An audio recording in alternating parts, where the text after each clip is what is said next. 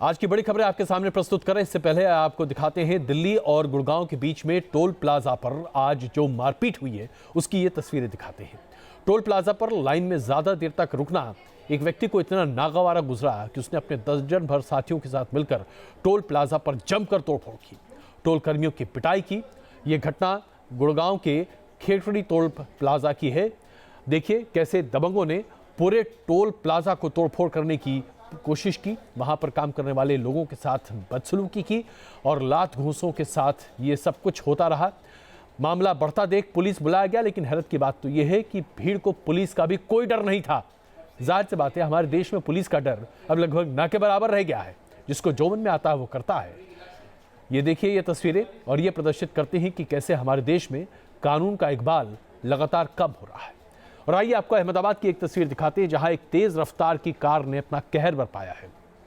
एक व्यक्ति सड़क के किनारे से गुजर रहा था और तभी दूसरी तरफ से गाड़ी अपना संतुलन खो बैठती है और उसके बाद गाड़ी रोकने के लिए ड्राइवर ब्रेक लगाता है, लेकिन रफ्तार इतनी तेज है कि गाड़ी घिसटते हुए उस शख्स से जा टकराई।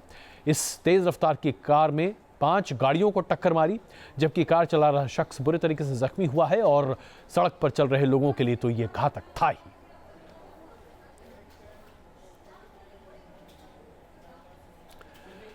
और आइए अब जरा सियासत की बात करते हैं। सियासत एक ऐसी जगह है जहां ना तो दोस्त होते हैं और ना दुश्मन होते हैं। यहां सिर्फ मौका परस्ती होती है। एक जमाना था, यानी कि अब से बस 1.5-2 साल पहले की 2.5 साल पहले की बात हम कर रहे हैं, जब बिहार के मुख्यमंत्री नीतीश कुमार प्रधानमंत्री नरेंद्र मोदी को किसी भी तरीके से बर्दाश्त करने को तैयार नहीं थे। ऐसा लगता था जैसे कि नरेंद्र मोदी का नाम सामने ले लीजिए तो नीतीश कुमार आपको दे थप्पड़ मार बैठेंगे। लेकिन आज प्रधानमंत्री नरेंद्र मोदी और नीतीश कुमार एक दूसरे की तारीफ इस तरह से कर रहे थे, लग रहा था जैसे कि इनसे बेहतर मित्र तो हो ही नहीं सकता। इसमें कोई शक नहीं है कि प्रधानमंत्री नरेंद्र मोदी ने नीतीश कुमार के उस कदम का स्वागत किया जब उन्होंने नोटबंदी का स्वागत किया था। लेकिन आज पटना में प्रकाश उत्सव के मौके पर जब पटना साहिब पर प्रधानमंत्री नरेंद्र मोदी और मुख्यमंत्री नीतीश कुमार एक ही मंच पर थे, तो दोनों नेता एक दूसरे की ऐसी तारीफ कर रहे थे जैसे कि बिछड़े पुराने दोस्त हों। मिल बैठेंगे यार तो क्या नहीं कर बैठेंगे। नशाबंदी की बात हो रही थी।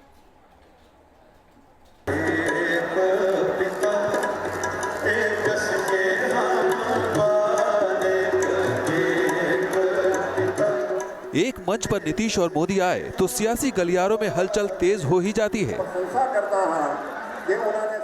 उस पर अगर ये दोनों नेता मंच से एक दूसरे की तारीफों के कसीदे पढ़ें तो फिर लगने लगता है कि कहीं कोई सियासी खिचड़ी तो नहीं पक रही। मौका था पटना में गुरु गोविंद सिंह जी के 350वें प्रकाश पर्व का। इस मौके पर नीतीश ने शराबबंदी का मुद्दा उठाया और गुजरात में शराबबंदी की चर्चा करते हुए मोदी की खुलकर तारीफ की। शराबबंदी लागू करने से जो बिहार में आज घर घर में खुशियां आई है वो अनुभव करने की चीज है। मैं तो लोगों से कहता हूं कि शराब और नशा ये बुरी चीज है और इसको समाप्त किया गया। गुजरात में तो गुजरात की स्थापना काल से ही शराबबंदी लागू है और हमारे आदरणीय प्रधानमंत्री जी प्रधानमंत्री पद के पदभार ग्रहण करने के पहले गुजरात के मुख्यमंत्री थे। मजबूती से शराबबंदी को लागू किए रखा। और जब पीएम मोदी ने माइक संभाला तो उन्होंने भी अपने भाषण के दौरान कई बार नीतीश के कामकाज की तारीफ की, शानदार कार्यक्रम के लिए बधाई दी और शराबबंदी जैसे फैसले लेने के लिए नीतीश को शाबाशी दी। समाज परिवर्तन का काम बड़ा कठिन होता है, बहुत मुश्किल काम होता है। उसको हाथ लगाने की हिम्मत करना भी बड़ा मुश्किल काम होता है। लेकिन उसके बावजूद भी नशा मुक्ति का जिस प्रकार से उन्होंने अभियान चलाया है, आने वाली पीढ़ियों को बचाने के लिए उन्होंने जो बीड़ा उठाया है, मैं उनकी बहुत बहुत अभिनंदन करता हूं, बधाई देता हूं। सियासत में जब अलग अलग गुटों के दो दिग्गज एक दूसरे की खिंचाई करें तो इसमें कोई अचरज नहीं होता, लेकिन जब धुर विरोधी समझे जाने वाले नेता एक दूसरे की तारीफों के पुल बांधने लगे तो इसे महज संयोग नहीं माना जाता। पहले नोटबंदी के फैसले पर नीतीश ने विपक्ष की राय से हटकर मोदी की तारीफ की और अब शराबबंदी के मुद्दे पर दोनों नेताओं का एक सुर सुनाई दे रहा है।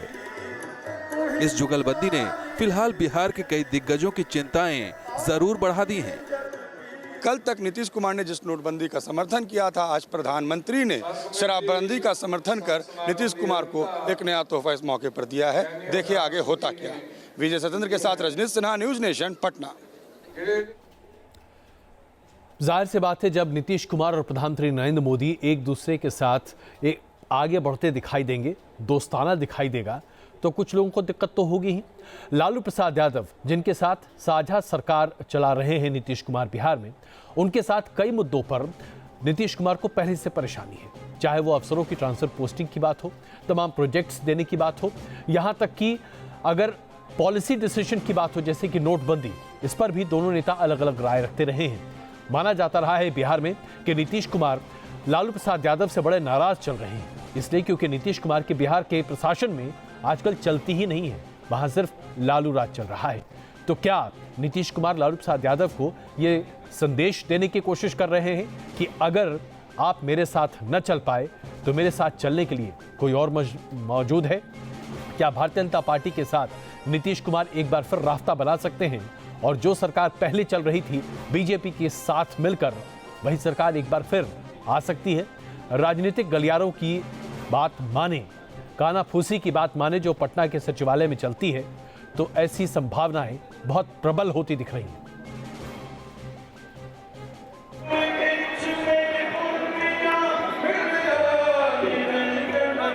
पटना में हुए प्रकाश पर्व के इस भव्य समारोह की इन तस्वीरों को जरा गौर से देखिए।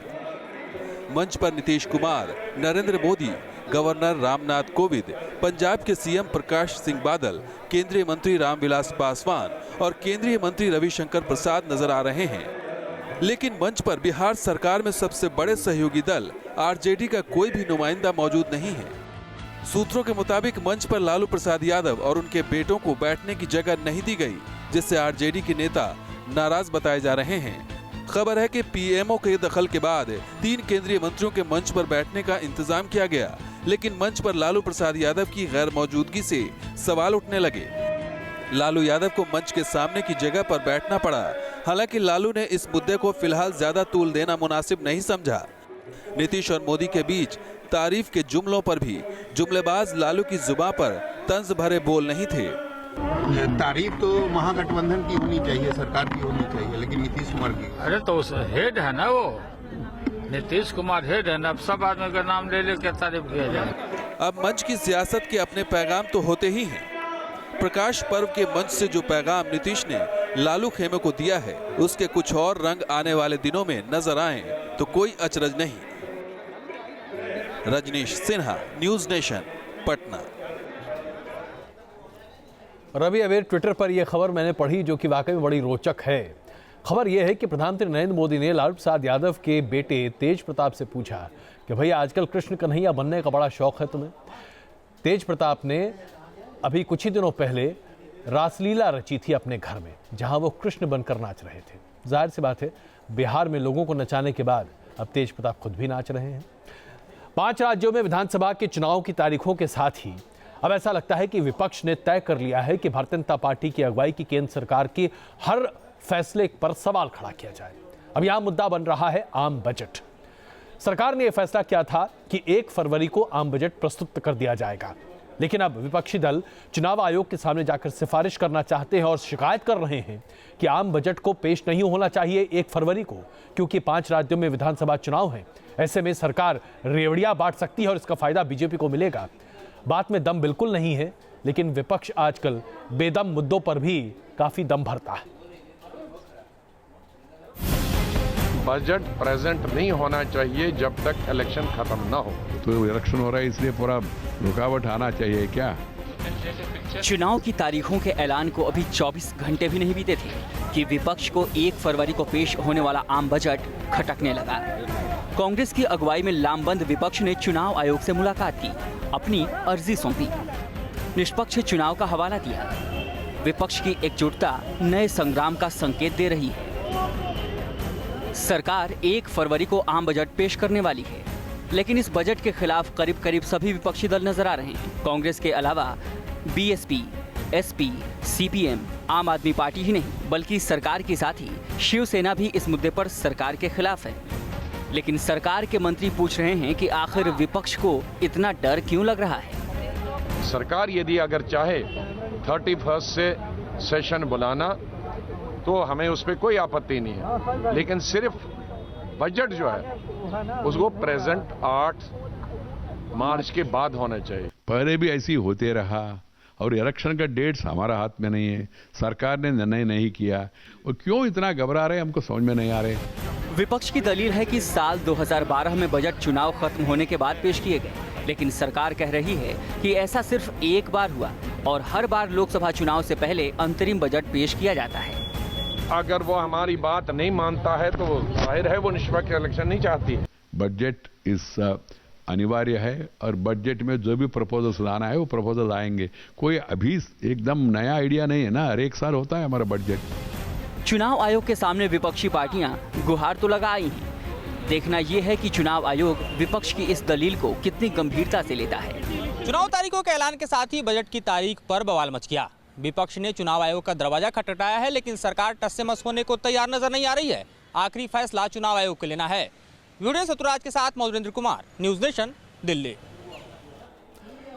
नोटबंदी के साथ सरकार ने यह कहा कि काले धन पर यह सबसे बड़ी लड़ाई है और इसे लेकर आगे बढ़ना है। सरकार अभी भी मान रही है कि काला धन बड़े पैमाने पर बैंकिंग चैनल में वापस आ चुका है, क्योंकि सारे पैसे लगभग जो 500 और 1000 रुपए के नोट थे वो जमा हो चुके हैं। तो ऐसे में काला धन को निकालने के लिए अब बैंकों के खातों को खंगालना पड़ेगा और उसके बाद छापे भी मारने पड़ेंगे। लेकिन जरा आप सोचिए, इनकम टैक्स विभाग के पास छापा मारने के लिए अधिकारियों की जबरदस्त कमी है। 20,000 लोगों की कमी है। ऐसे में छापामारी होगी कैसे? और छापामारी होगी नहीं तो काला धन पकड़ा कैसे जाएगा? तो भैया मुहिम चलेगी कैसे? क्या इस बात की जानकारी सरकार को पहले से नहीं थी? नोटबंदी का फैसला सरकार ने काले धन के कुबेरों पर चाबुक चलाने के लिए लिया था। ये बात अलग है कि नोटबंदी के बाद सरकार के खजाने में 94% नोट जमा हो चुके हैं। सरकार को शक है कि काली कमाई के कुबेरों ने बैंक खातों में रकम जमा कराई है। लिहाजा सरकार अब खातों की छानबीन कर भ्रष्ट अफसरों पर कार्रवाई करेगी। सवाल यह है कि भ्रष्टाचारियों के खिलाफ कार्रवाई करेगा कौन? क्योंकि इनकम टैक्स विभाग की माने तो विभाग में 20,000 कर्मचारियों की कमी है। जानकार भी मानते हैं कि विभाग में अगर कर्मचारी पूरे होते तो काले धन के कुबेरों पर कार्रवाई और तेजी से हो सकती थी। पूरे भारतवर्ष में करीब 20,000 नए वर्कफोर्स हमारे यहाँ आने थे, लेकिन आज तक वो वर्कफोर्स हमारे पास नहीं पहुँचा है। उसकी कमी के चलते आज जो हम पर दबाव पड़ रहा है वो दबाव बहुत बढ़ता जा रहा है और हमने कई बार सरकार को ये प्रस्ताव रखे हैं। सर्वेज, रेड, ये सब जो चीज़ें हैं वो करने के लिए उसके लिए कुछ मैन पावर की रिक्वायरमेंट होती है, वो शॉर्ट होती है। उसके साथ ही साथ कोई भी एक केस जिसे हम स्क्रूटिनी कहते हैं, यानी आपने जो सबमिट किया है वो सही है गलत है, उसको छानने की जो काम होता है, वो छानने का जो काम है उसमें मैन पावर कमी होने की वजह से बहुत ज़्यादा देर लगती है। जाहिर है सरकार के सामने चुनौती बड़ी है और मुश्किल भी, क्योंकि लोगों के पास से ब्लैक मनी को बाहर भी निकालना है और देश को भ्रष्टाचार मुक्त भी बनाना है। अब ये बात अलग है कि इनकम टैक्स विभाग में भी कार्रवाई करने वाले अफसरों की भारी कमी है। Subhash Shirke, news nation, Mumbai. और आइए जरा अब समाजवादी पार्टी के फैमिली ड्रामे की भी बात कर लें। भाई आखिरकार ये एक ऐसा ड्रामा है जो रोज दिन कुछ न कुछ नई ट्विस्ट और नई कहानी के साथ सामने आ जाता है। समाजवादी पार्टी के पार्टी सिंबल यानी कि चुनाव चिन्ह को लेकर लड़ाई छिड़ी हुई है। अब साइकिल की सवारी कौन करेगा, बाप या बेटा? इसे लेकर दोनों गुट आमने सामने हैं। अखिलेश यादव की गुट को नोटिस देकर 9 जनवरी तक उनके समर्थकों के जनप्रतिनिधि की लिस्ट मांगी गई है और उसके बाद यानी कि 9 जनवरी के बाद यह तय करेगा चुनाव आयोग कि आखिरकार साइकिल का चिन्ह किसका होगा। अब ऐसा भी बताया जा रहा है कि दरअसल अखिलेश यादव का गुट ये मान रहा है कि भाई साइकिल नहीं तो मोटरसाइकिल ही दे दीजिए, कम से कम उसमें 2 पहिए तो होंगे। उत्तर प्रदेश में सबसे बड़े सियासी दंगल का शंखनाद हो चुका है। लखनऊ की लड़ाई में कौन सिकंदर बनेगा और किसकी होगी शिकस्त, इसके लिए दिल्ली से लखनऊ तक रणनीति बन रही है। आज की समाजवादी सियासत दो मुद्दों पर टिकी हुई थी। पहला विवाद समाजवादी पार्टी के चुनाव चिन्ह साइकिल को लेकर था, जिस पर चुनाव आयोग ने मुलायम और अखिलेश गुट से जवाब मांगा। दूसरी ओर 5 कालीदास मार्ग पर अखिलेश का मंथन चल रहा था, जिसमें अखिलेश समर्थक विधायक बड़ी तादाद में पहुंचे थे। दरअसल मुलायम सिंह यादव गुट और अखिलेश गुट ने चुनाव आयोग में अर्जियां देकर समाजवादी पार्टी के चुनाव चिन्ह साइकिल छाप पर अपनी दावेदारी जताई है। इसके बाद चुनाव आयोग ने दोनों गुटों को नोटिस जारी कर 9 जनवरी तक जवाब मांगा है। कोई लड़ाई नहीं है, पूरी पार्टी मुख्यमंत्री जी के साथ है। सारे विधायक, सारे सांसद, सारे राष्ट्रीय कार्यकारिणी के सदस्य, सारे सम्मेलन के सदस्य, ये औपचारिकताएं हैं जो चुनाव आयोग करता है वो करेगा। और मुझे पूरा विश्वास है कि जिस तरीके से सम्मेलन हुआ, जिस तरह से लोग उपस्थित हुए, उसके आधार पर माननीय अखिलेश जी के नेतृत्व में सिंबल भी मिलेगा, सरकार भी बनेगी, चुनाव भी लड़ा जाएगा। सूत्रों के मुताबिक चुनाव आयोग ने दोनों गुटों के समर्थक विधायकों, विधान परिषद सदस्यों और सांसदों के दस्तखत वाला हलफनामा मांगा है। आयोग की चिट्ठी मिलते ही मुलायम और शिवपाल यादव फौरन लखनऊ से दिल्ली पहुंच गए। चुनाव आयोग ने संकेत दिए हैं कि चुनाव चिन्ह के विवाद में आयोग के इलेक्शन सिंबल ऑर्डर 1968 के पैरा 15 के मुताबिक ही विवाद सुलझाया जाएगा। इसमें किसी रजिस्टर्ड राजनीतिक दल के दो गुटों के बीच चुनाव चिन्ह को लेकर दावेदारी के हालात में फैसला देने का नियम है। Anil Yadav, News Nation, Lucknow. पश्चिम बंगाल और कोलकाता मानो देश की सियासत की धुरी बन गए हैं, और ये हम इसलिए कहना चाहते हैं क्योंकि सिटी ऑफ जॉय में एक आयोजन किया जाना था जिसमें बलूचिस्तान के लोगों के बारे में और कश्मीर के लोगों के बारे में एक सेमिनार होना था। लेकिन ऐसा बताया गया कि ऐन मौके पर सेमिनार जिस जगह आयोजित किया जाना था, उस क्लब ने अपने अनुमति को निरस्त कर दिया, और इसके पीछे राजनीति की बू आ रही है, यह बताया जा रहा है। कहा जा रहा है कि आयोजन एक ऐसे पक्ष के द्वारा किया जा रहा था जिनकी संवेदनाएं भारतीय जनता पार्टी के साथ हैं, और ऐसे में तृणमूल कांग्रेस की अगुवाई वाली सरकार को यह बात रास नहीं आई। इसलिए जिस स्थान पर आयोजन था उस स्थान पर यानी कि कलकत्ता क्लब ने अपनी अनुमति को वापस ले लिया। जाहिर सी बात है, राजनीति कहीं तो कहीं है, वरना बिना आग के धुआं उठता नहीं।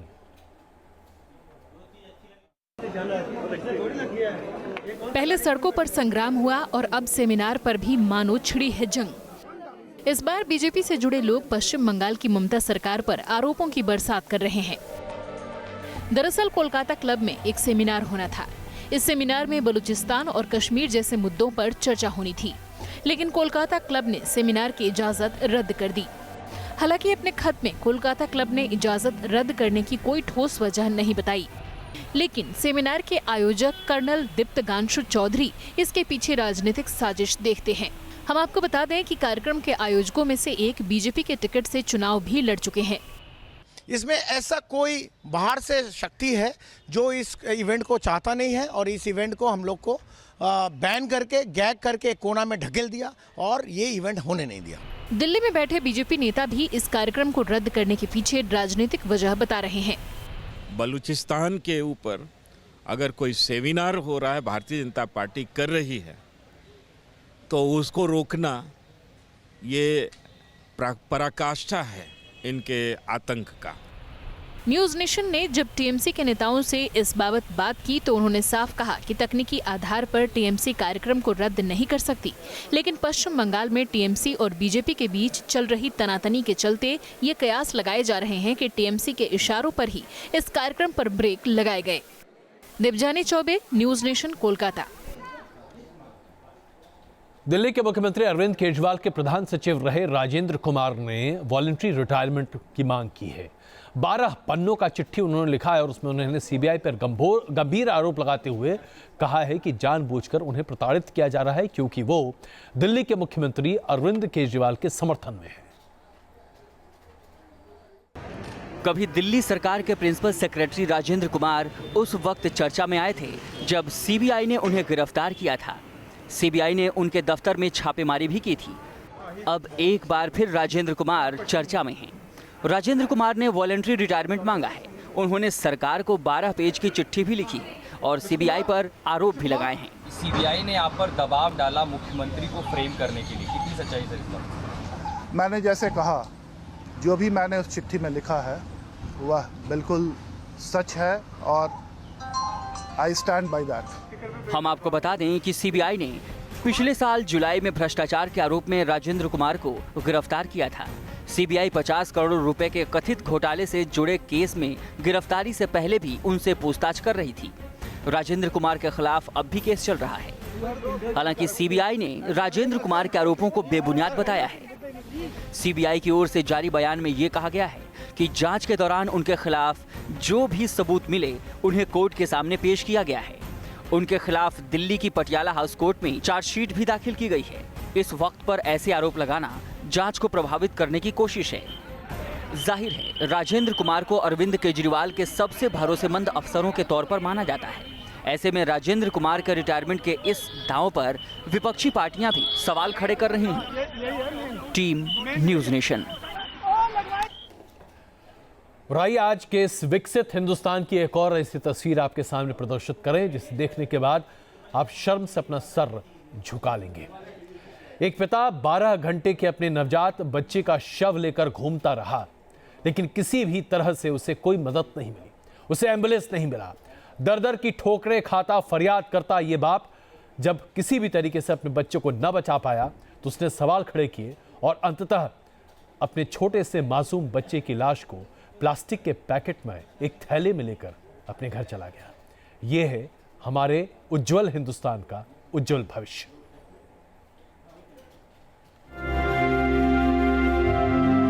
न बांस की अर्थी है, न कोई जनाजा, न कोई सहारा है, साथ है पत्नी और एक पिता अकेला है अपने बच्चे की लाश के साथ, जो देख रहा है तिल तिल मरती इंसानियत को।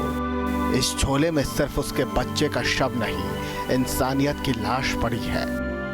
भारी भीड़ में इंसानियत को शर्मसार करती ये तस्वीरें आई हैं छत्तीसगढ़ के जगदलपुर से। रमेश के दर्द की ये दास्तान आपको सुनाएं उससे पहले इन तस्वीरों को देख लीजिए कि कैसे एक पिता अपने बच्चे की लाश को इस झोले में रखने को मजबूर है। उसके पास इतने पैसे नहीं कि वापस अपने घर लंकापल्ली लौट सके, इसलिए बताया जा रहा है कि 12 घंटे तक झोले में बच्चे की लाश लिए वो यूं ही भटकता रहा। बताया जा रहा है कि जगदलपुर के महारानी अस्पताल में रमेश की पत्नी ने बच्चे को जन्म दिया। कुछ ही मिनटों में उसकी मौत हो गई, लेकिन इस माता पिता पर अभी सितम का पहाड़ टूटना बाकी था।